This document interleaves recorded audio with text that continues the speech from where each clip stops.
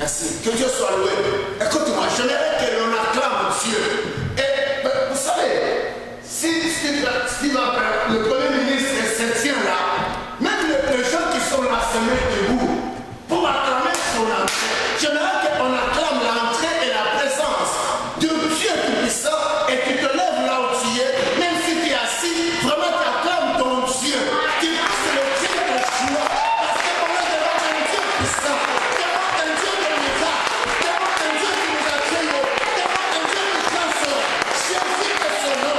Mon Dieu n'est pas absent. Il est là. Sa main divine est là. Il est là pour faire du bien.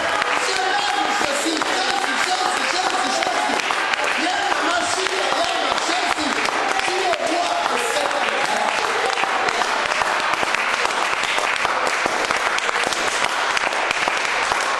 Merci. Dieu vous bénisse. Oui, vous êtes la propriété de Dieu. Tu n'es pas n'importe qui.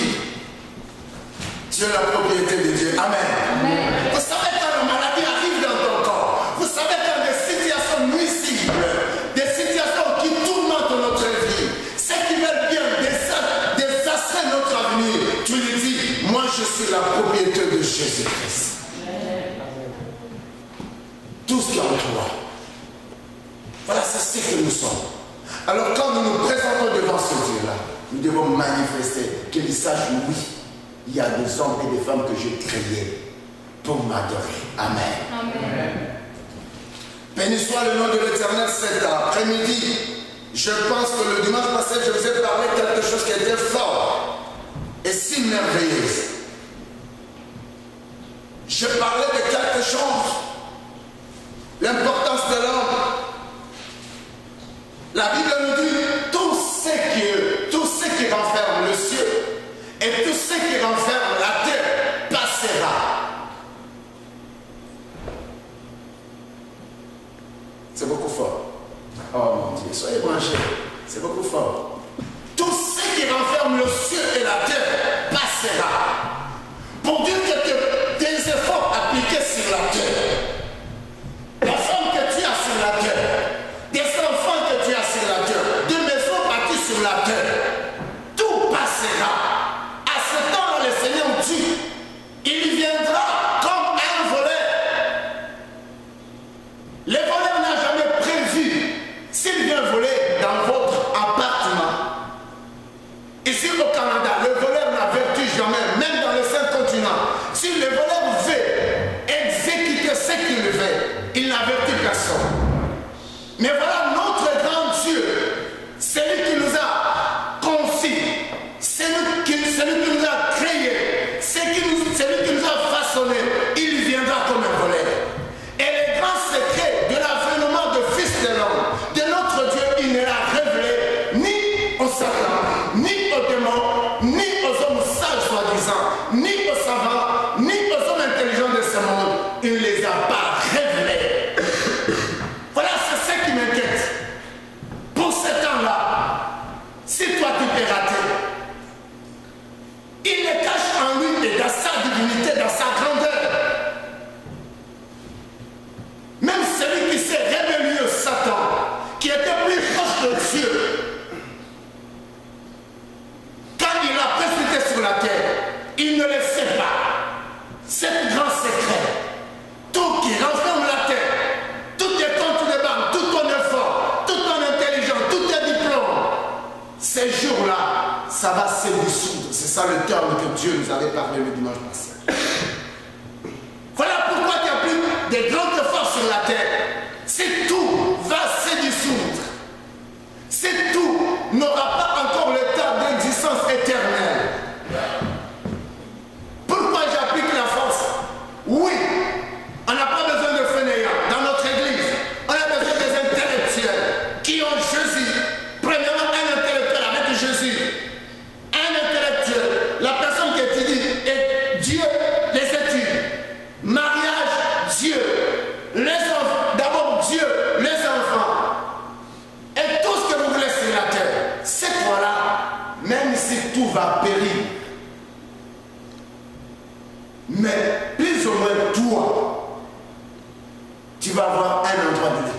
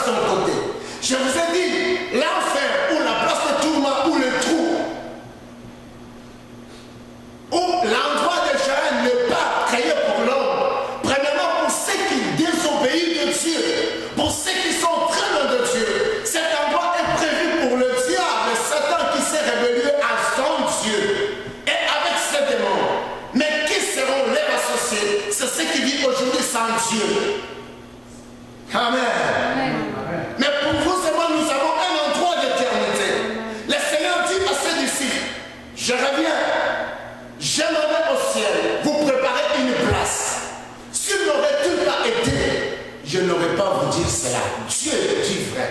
Vous savez, les hommes peuvent mentir avec leur bonne manière de parler, avec leur accent, tellement sans erreur soi-disant, aux yeux des hommes. Mais laisse-moi vous dire, Dieu sait qu'il nous dit est vrai.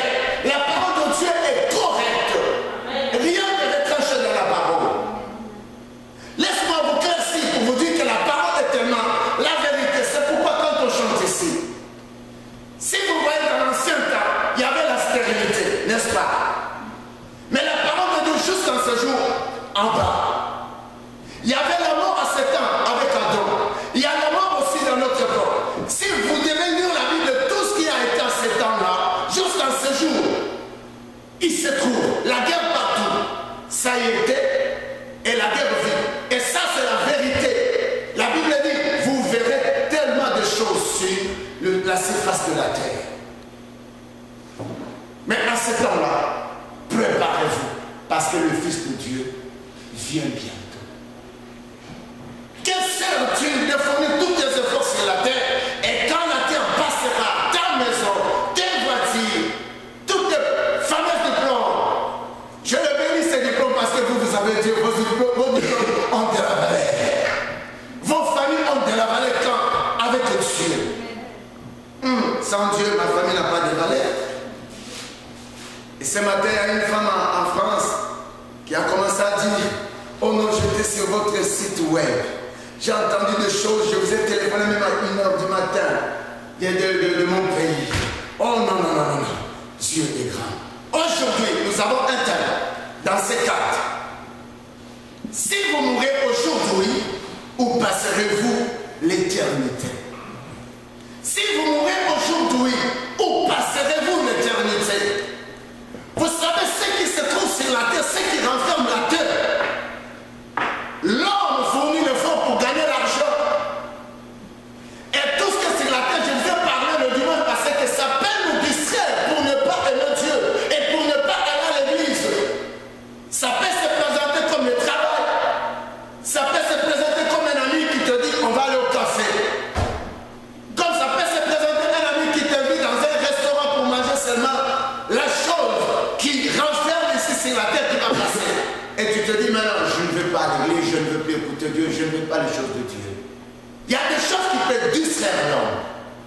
Mais dans tout ce que l'homme fait, tu dois comprendre que nous sommes un pèlerin sur la terre. Nous sommes qu'un passager. Voilà, plus loin comme Dieu dit, tout ce qui renferme la terre passera. Et Dieu y pense aussi à l'homme qui va passer. L'homme mange, travaille, multiplie-toi, c'est bien un mort. Mais laisse-moi te dire, la mort est là.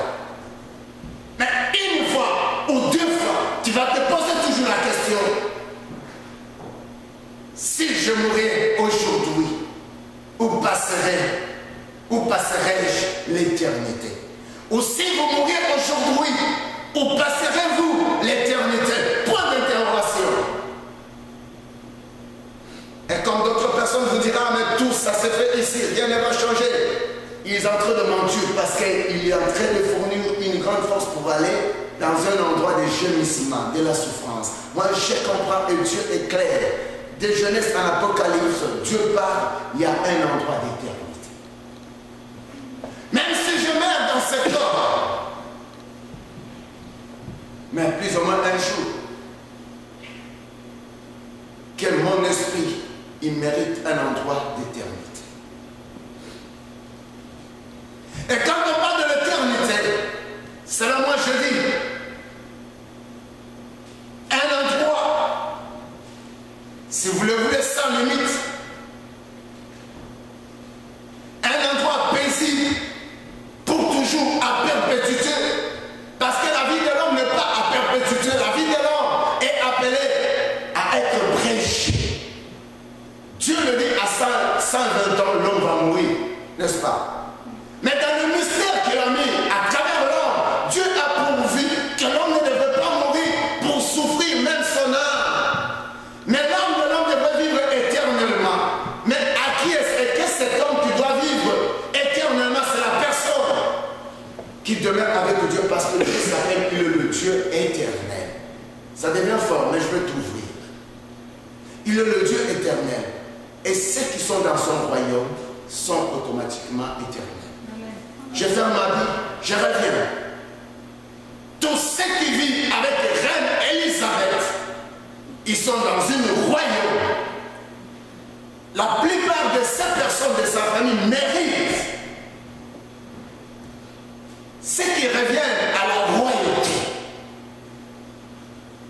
Et comme notre Dieu est éternel, c'est qu'il aime, que ce soit sur la terre ou la vie de demain, dans l'ignorance, à nos yeux, mais ces hommes mériteront aussi une vie éternelle. Je suis en train de paraphraser, vous devez voir, car le riche est mort, qui avait amassé tellement de la richesse sur la terre. Et à ce temps-là, il y avait aussi un homme pauvre qui vivait tout près de cet homme. C'était la personne de Lazare.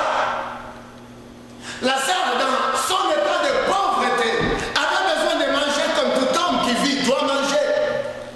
Il demanda à manger. Il s'approche et dit, mais mon frère, tu peux me donner à manger? Mais les riches disaient, mais non, toi tu n'as pas le temps de manger avec moi, pousse-toi très là. Et comme aussi la vie de plusieurs qui te dit, pousse-toi là, tu n'as pas de valeur.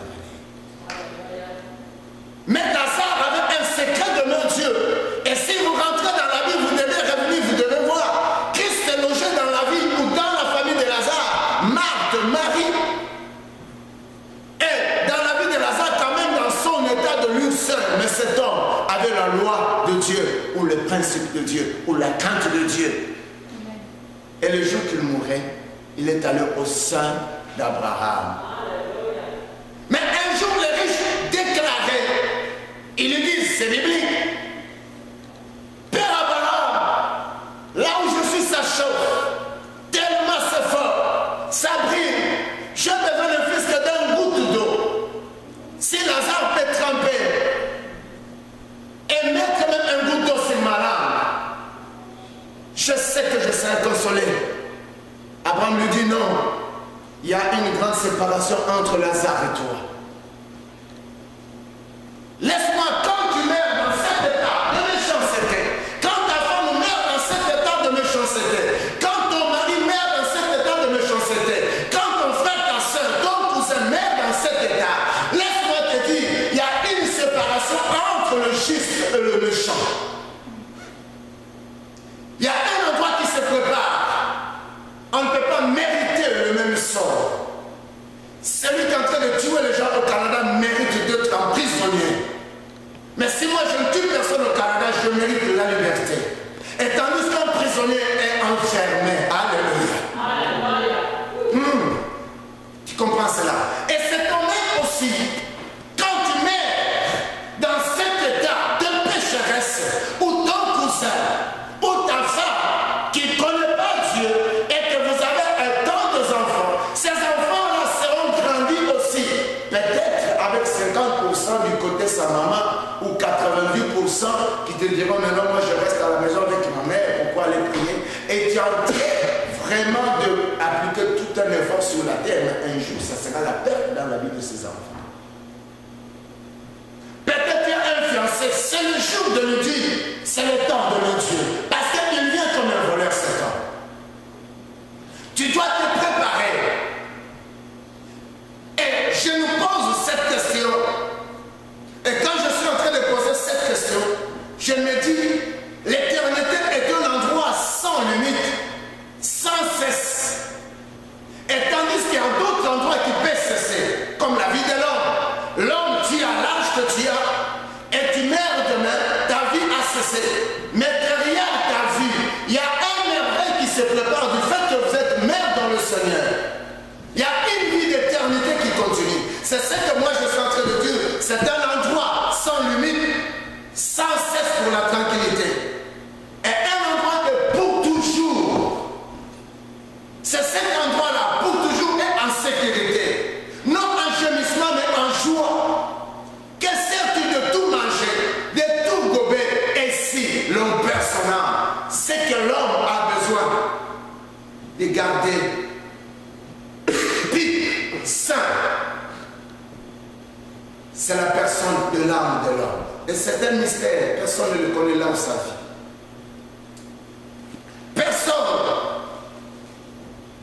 Vous savez, personne n'aime penser à mourir.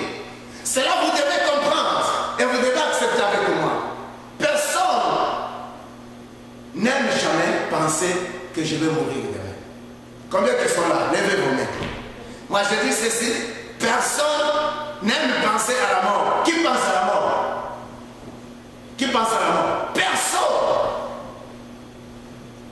Mais ça peut abriter notre vie, ça peut venir avec une brutalité, ça peut amener une personne. La mort devient aussi comme un voleur. Voilà, c'est pourquoi ta fierté dans tout ce que tu fais sans Dieu. Pourquoi trembles-tu dans le riz, dans des restaurants, amasser l'argent, vivre dans l'impudicité, dans l'abomination, sans Dieu? Tu prépares quoi? Vivre dans le magouille, qu'est-ce que tu prépares dans la sorcellerie, dans toutes sortes de choses qui vont t'amener à un endroit de souffrance? Pourquoi perds-tu l'éternité? Parce que notre Dieu est éternel. Nous adorons un Dieu éternel. Nous pensons et nous saisissons cette opportunité d'aller dans l'éternité. L'argent, tu peux rester dans mes comptes de banque. Tout peut périr. Mais je ne mérite pas à faire périr ma femme et mes enfants. À ce temps de jeûne, je me suis dit, mon garçon, tu dois jeûner chaque samedi. De 0 heure, tu manges à 15 heures. Quand bien même canadien, c'est un problème parce qu'au Canada, il faut grignoter toujours à chaque seconde. Mon garçon de 4 ans, c'est dans la même routine. À cause que l'homme intérieur soit édifié,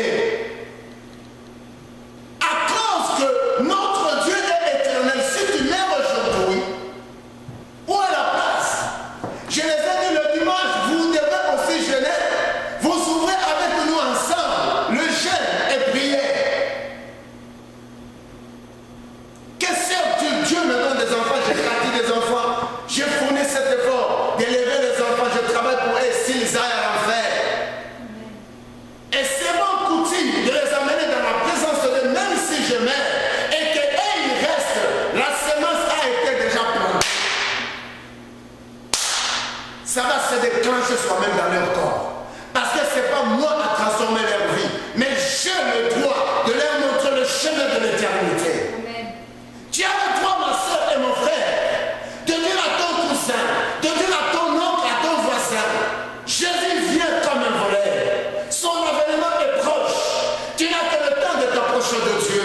Travaille seulement, et bien Dieu n'est pas contre. Parce qu'il dit celui qui ne travaille pas ne mange pas. L'homme mangera par le ciel de son front. Mais n'oublie pas que la force vient de Dieu. Combien qu'on dit appliquer la force pour qu'ils aillent travailler. Mais ils ne sont plus à mesure. Ce n'est pas qu'ils ont péché. Mais si toi et moi, tu étudies, tu travailles, tu as un couple, tu as un fiancé, tu as ce que tu penses que tu as, pourquoi ne faut-il pas t'approcher de Dieu? Pourquoi ne faut-il pas servir Dieu? Pourquoi ne faut-il pas